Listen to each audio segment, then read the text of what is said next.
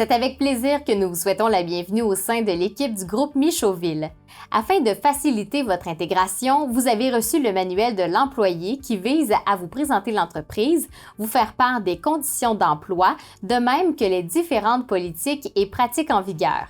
Nous vous invitons donc à prendre connaissance de ce manuel et à nous faire part de toute question ou commentaire. Sachez que le groupe Michauville mise sur l'engagement et la participation active de ses employés dans l'atteinte des objectifs.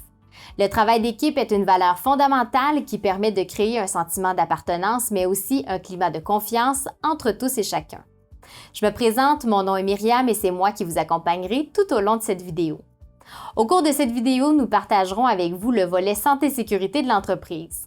Le groupe Michauville s'engage à privilégier une approche proactive en la matière. Nous travaillons ensemble afin d'éliminer les dangers à la source, qu'il s'agisse de dangers pour la santé, la sécurité ou l'intégrité physique des employés. Soyez attentifs et bon visionnement à tous!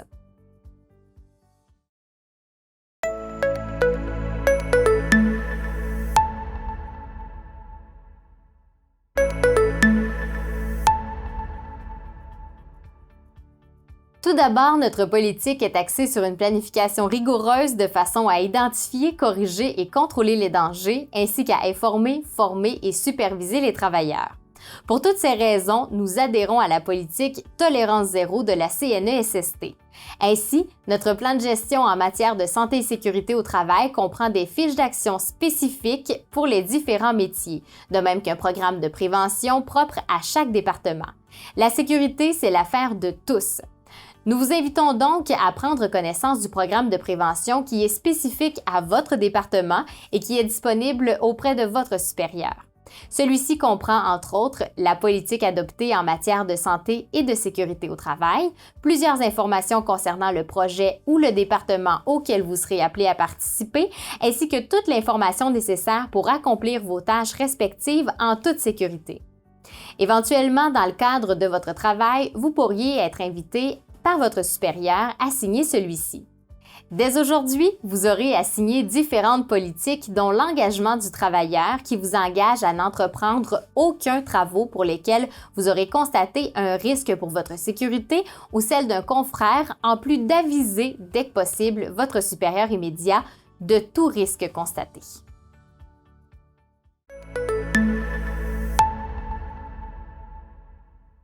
La tenue des lieux constitue une importante source de risques et d'accidents dans un lieu de travail. C'est pourquoi vous devez en tout temps maintenir votre environnement de travail propre et bien rangé, vérifier que les matériaux combustibles ne soient pas entreposés avec des gaz inflammables, tenir les voies de circulation libres de tout obstacle pouvant nuire au déplacement sécuritaire des travailleurs et ou de la machinerie, et aussi évacuer les déchets, les rebuts ou autres au fur et à mesure.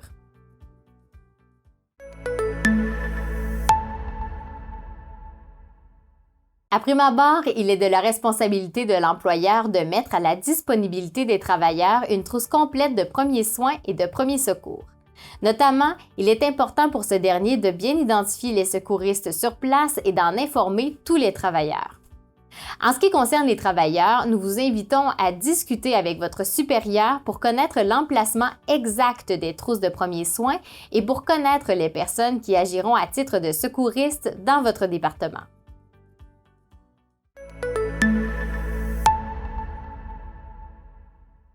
Le port des équipements de protection individuelle est obligatoire et différent dans certains secteurs. Entre autres, sur les chantiers de construction, quels qu'ils soient, les bottes de sécurité, le casque de sécurité et les vêtements de visibilité tels qu'un dossard sont obligatoires. Pour ceux qui travaillent dans les garages, le port de lunettes de sécurité et les bottes de sécurité sont obligatoires en tout temps. Ces derniers sont obligatoires également sur les lieux extérieurs qui servent de stationnement ou d'entreposage. L'utilisation d'une lunette de sécurité est obligatoire pour la coupe, le concassage, la démolition de béton, de pavage, de PVC, de pierre ou tout autre objet entraînant la projection de particules. Tous les équipements qui sont nécessaires à l'exécution sécuritaire d'une tâche devront être fournis par l'employeur et portés conformément par les travailleurs. Pour vous procurer l'équipement nécessaire, que ce soit une protection auditive, une protection respiratoire, un harnais de sécurité ou encore des gants adaptés à votre tâche, référez-vous à votre supérieur immédiat.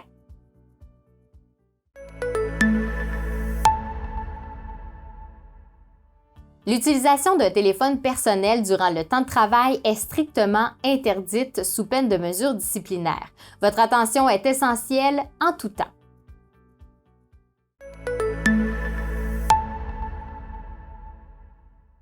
Le travail en position statique est à éviter pour tous les employés.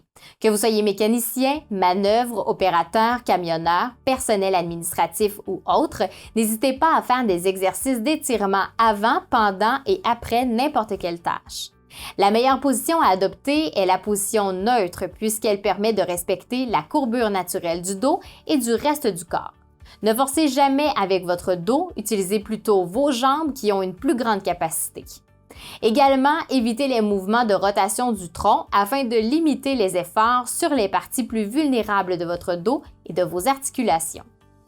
N'oubliez pas, la force du groupe réside dans le travail d'équipe, donc il ne faut pas hésiter à demander de l'aide pour effectuer une tâche qui nécessite un grand effort physique. La première étape avant d'effectuer un quelconque travail devrait toujours être de réfléchir.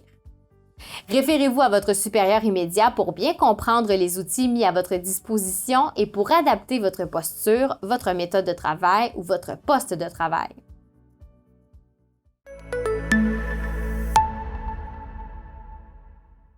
Que ce soit en été ou en hiver, vous serez parfois appelé à travailler dans des conditions extrêmes. Nous vous invitons à vous vêtir de façon adéquate selon la tâche, le moment de la journée et la météo du jour. Afin de vous sensibiliser aux signes et symptômes reliés aux différentes contraintes thermiques, voici une liste de signes et symptômes à vérifier régulièrement.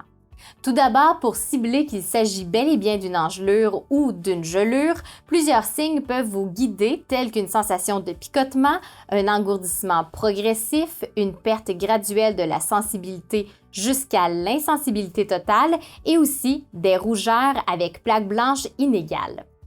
La peau devient alors blanche, glacée, cireuse et parfois dure. Les signes et symptômes d'un coup de chaleur se manifestent souvent par une peau chaude, de la rougeur sur la peau, des maux de tête violents, de la confusion, des convulsions ou parfois même des évanouissements. Une personne victime d'épuisement par la chaleur aura des symptômes qui s'apparentent à des maux de tête, des faiblesses, des nausées ou la peau moite et froide. En ce qui concerne les crampes de chaleur, celles-ci apparaissent sous forme de spasmes musculaires ou par une transpiration excessive. Dans tous les cas, si l'une ou l'autre des situations se présente, il ne faut surtout pas hésiter à aviser votre supérieur immédiat, que ce soit pour vous ou un collègue.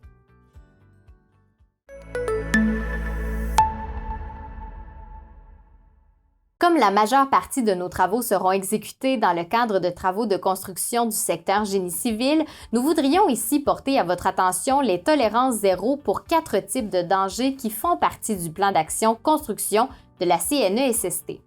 Voici chacune d'entre elles. Danger de chute de hauteur. Lorsque vous travaillez à plus de 3 mètres en hauteur, l'installation de garde-corps est primordiale pour empêcher la chute. Si ce n'est pas possible, le port du harnais de sécurité relié à un point d'ancrage est obligatoire pour tous les travailleurs. Dans le cas où vous devez utiliser une échelle, voici les étapes à suivre. Appuyez l'échelle sur une base stable. Attachez solidement l'échelle. Assurez-vous de dépasser l'appui supérieur d'au moins 35 pouces. Et montez ou descendez avec les mains libres. Danger près des lignes électriques. Près d'une ligne électrique, assurez-vous que les personnes, les pièces, l'équipement et les éléments de machinerie se trouvent plus loin que les distances minimales d'approche. Par exemple, à plus de 3 mètres si la tension de la ligne est inférieure à 125 kV. Bref, gardez vos distances pour prévenir les chocs électriques. Danger d'effondrement. Lorsque vous travaillez dans des excavations et des tranchées, une ou plusieurs des mesures suivantes doivent être prises afin d'assurer votre sécurité et celle des autres. Étançonnez les parois de l'excavation ou de la tranchée. Déposez les matériaux à plus de 1,2 m du sommet des parois. Et veillez à ce que les véhicules et les équipements circulent ou se stationnent à plus de 3 mètres du sommet des parois des excavations ou des tranchées. L'important est de travailler sur du solide pour éviter que tout s'écroule. Danger pour la santé. L'exposition aux poussières de silice cristalline est très fréquente lors de travaux sur des ouvrages en béton ou en maçonnerie. Afin de diminuer le plus possible les risques pour la santé, vous devez mettre en place un équipement permettant de contrôler à la source les émissions de silice telles que l'utilisation de l'eau ou de l'aspiration lors de la coupe et porter un appareil de protection respiratoire approprié en tout temps.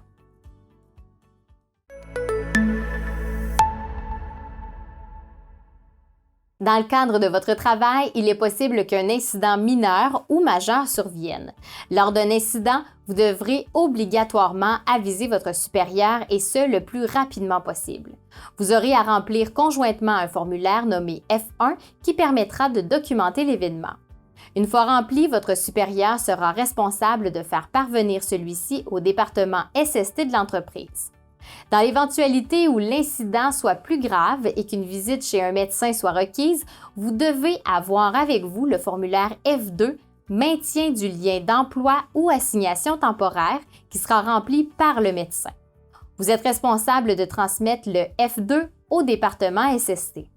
Dans le cas d'un arrêt de travail, l'entreprise est en mesure d'offrir des travaux légers tout en respectant les directives du médecin traitant sur les capacités du travailleur.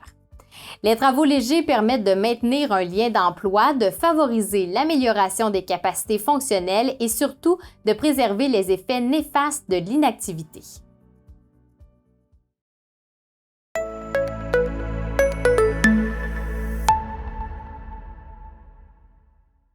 Félicitations, vous avez terminé votre séance de formation sur l'accueil santé et sécurité du groupe Michauville. Vous êtes maintenant familiarisé avec les différentes règles de santé et sécurité qui ont été instaurées et qui doivent être appliquées dans chacun de nos sites. Soyez assurés que notre priorité est la santé et la sécurité de nos travailleurs. Nous préconisons le travail d'équipe et espérons que vous pourrez participer, tout comme vos collègues, à identifier les différents dangers et à améliorer la santé et la sécurité dans l'ensemble des entreprises. N'oubliez pas, la sécurité, c'est l'affaire de tous. Au nom de toute l'équipe du groupe Michauville, je vous remercie de l'attention que vous avez portée à cette vidéo.